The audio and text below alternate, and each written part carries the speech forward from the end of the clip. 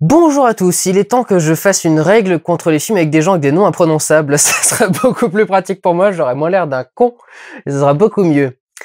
Il est question aujourd'hui de Diplomatie, film de... Je sais pas prononcer l'allemand. Volker Schlondorf. C'est peut-être Volker ou Volker ou... Ouais, je sais pas, Volker Schlondorf. Avec André Dussolier et Nils Harelstrup. Ça, je sais de le dire. Qui couvre la nuit du 23 au 24 juillet 1944, pendant laquelle Paris a failli être rasé par le gouverneur de Paris nommé par l'Allemagne, s'il n'en eût été de... On ne sait pas. L'histoire n'a pas gardé de souvenir de ça, il y a aucune trace écrite des événements qui se sont passés. Donc on ne peut que l'imaginer. Alors ça a été imaginé peu de temps après la libération, 22 ans quand même, en 1966 par René Clément avec le film Paris brûle-t-il, qui a subi d'ailleurs il y a peu de temps une restauration, donc il est intéressant de le revoir, et qui est ici donc à nouveau traité par ce film. C'est beaucoup trop court. C'est beaucoup trop court, j'avais envie de 2h20 là-dessus, moi c'est incroyable. Je suis fasciné par les grands dialogues. C'est fou, hein, mais vous mettez un film avec deux mecs brillants qui parlent ensemble, j'ai besoin de rien d'autre. C'est je resterai à fond dans ce film parce que, bonsoir Cléo, parce que les gens brillants sont forcément intéressants à entendre parler, et quand des gens brillants parlent de choses aussi importantes que la destruction de la capitale française, ou des décisions de guerre ou quoi que ce soit, enfin, de tous les films qui mettent en scène ce genre de dilemme, de débat et de discussion entre deux hommes, je suis forcément dedans. C'est extraordinaire de voir des gens avoir des discussions pareilles. Je suis toujours frappé d'humilité quand je vois des choses comme ça. S'il y a bien un truc qui me remet à ma place, c'est ce genre de grand discours et de se dire, mais qu'est-ce qui nous passe par la tête quand on prend des décisions pareilles? Je vois que des fois, je suis en panique pour me décider entre la gauche ou la droite. Je parle physiquement, gauche ou droite. Je me dis, mais comment est-ce que je me décide à faire péter Paris ou pas? Ce serait incroyable, et ce sont des décisions tellement fortes à prendre que ça fait forcément des grands films. Le réalisateur en plus du film, pour ce que je n'arrive pas à prononcer son nom, est un réalisateur extrêmement connu, qui en était à son 28e long métrage, avec celui-ci qui avait été remarqué par un film qui s'appelle Le Tambour, que je n'ai pas vu personnellement. D'ailleurs, je n'ai vu aucun film de sa filmographie, j'ai vérifié avant, mais malheureusement non. J'aurais beaucoup aimé dire que j'en avais vu, mais non. Mais je sais qu'il est très respecté, et je vois pourquoi en voyant ce film. C'est très intéressant au niveau de la façon de se tourner. Évidemment, le film ne fait qu'1h28, donc ça couvre un laps de temps assez court finalement. Il est à peu près 4h du mat au début du film, et je pense qu'il doit être... L'aube se lève à peine, donc il doit être à peine 6-7 heures à la fin. Et il y a tout un choix de réalisation. Il est pas parti, par exemple, dans le huis clos. Il est pas parti dans l'idée, je vais mettre juste mes deux personnages dans une pièce, ce qui aurait été largement faisable en plus, puisqu'à la base c'est une pièce de théâtre, donc qui était déjà jouée par André Dussolier et Nils Harelstrup. Donc il aurait pu me dire, je vais juste laisser mes deux personnages dans la pièce et faire mon truc, mais il s'est dit, bah non, c'est pas intéressant, c'est ce que faisait déjà la pièce. On peut peut-être essayer de lui apporter autre chose. C'est pas intéressant, c'est pas ce qu'il voulait lui apporter.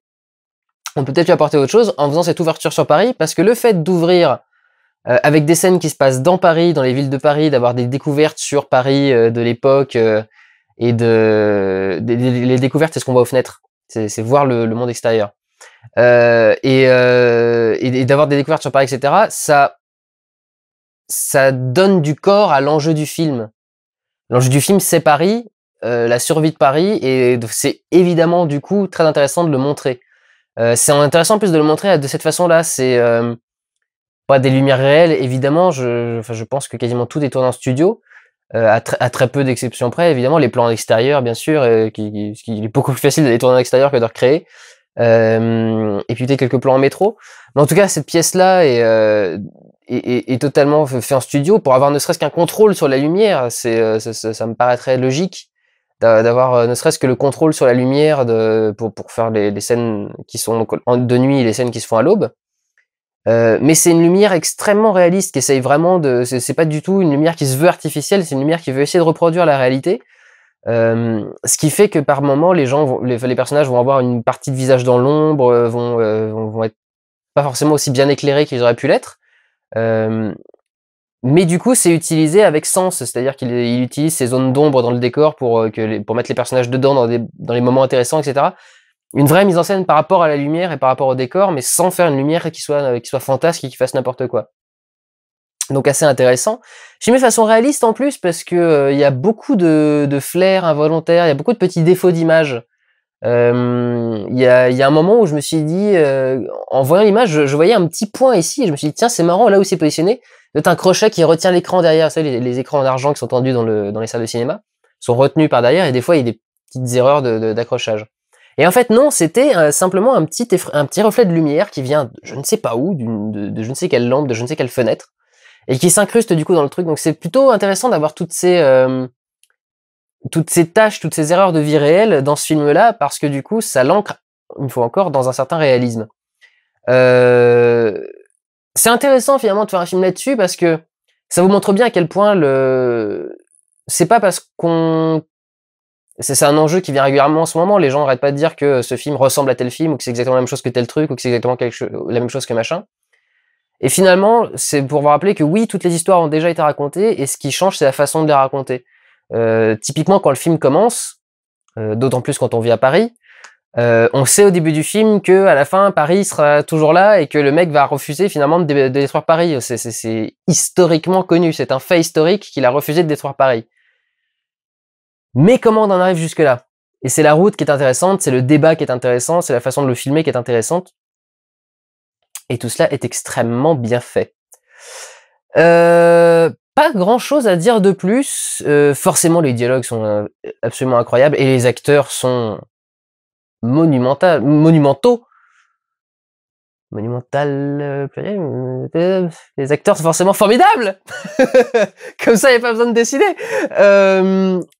Neil Starstrup, il a même il a été de nombreuses fois récompensé. C'est un acteur incroyable. Et André Dussolier, qui est forcément brillant. Faut vraiment qu'il tombe sur quelqu'un qui a beaucoup de mal pour diriger les acteurs, pour jouer mal. Christophe Gans ne sait pas diriger les acteurs, donc dans La Belle et la Bête, il est pas bon. Mais voilà, Christophe Gans a bien d'autres qualités. C'est pas donné à tout le monde de diriger les acteurs. Non, j'ai vraiment pas grand chose d'autre à dire. C'est trop court pour la qualité que ça a. C'est trop court pour ce niveau de qualité, parce que c'est la qualité que ça a, c'est très moche. Et je ne demande qu'à en voir plus. Et voilà. Pour terminer vite fait, parce que j'ai l'impression de terminer sans conclusion, mais je vais aborder vite fait quelque chose. Je devais aller voir 300 cette semaine, la naissance de l'Empire. J'ai décidé de ne pas y aller parce que je n'ai pas vu le premier, donc ça ne servait à rien de voir le deuxième, et je n'ai pas vu le premier parce que je l'ai arrêté au bout de 15 minutes, parce que je déteste ce film, je n'arrive même pas à le regarder. Donc je pense vraiment que ça n'aurait aucun intérêt que j'aille voir la suite de 300. Mon avis à moi n'aurait aucun intérêt pour vous, parce que de toute façon, je n'ai même pas de connaissance de la base du truc. J'ai même pas apprécié la base du truc, donc ça vous servira à rien de savoir ce que j'en ai pensé ou pas. Voilà. Est-on sûr de ne rien oublier sur Diplomatie? Je ne pense pas. Si, un truc intéressant. Il mélange du coup, comme le faisait Prêt brûle-t-il de René Clément, il mélange le film avec des images d'archives de la libération de Paris, des vraies images en noir et blanc restaurées et recadrées en scope. Ce qui est aussi assez intéressant à intégrer à son film, c'est faire un film avec des éléments préexistants, c'est quelque chose de très intéressant. Ça a déjà été tenté par Michel Hazanavicius avec le Grand Détournement, qu'il avait fait en accord avec Les Nuls sur Canal+, qui était un film fait de morceaux d'autres films avec des acteurs qui revenaient dans les deux. Ce qui est vachement intéressant à faire, c'est le principe de beaucoup de parodies, de détournements, et c'est quelque chose d'assez fort. Et mettre des scènes d'archives dans son film, ça a beaucoup de sens. C'est finalement de réintégrer le réel à un film qui se veut déjà très réel. C'est passer un pas en plus entre la frontière entre la réalité et la fiction. Voilà, c'est formidable. Donc félicitations à Volken Schlondorf, en espérant ne pas faire honte à son nom. Quant à vous, prenez soin de vous et allez voir des films. Ciao!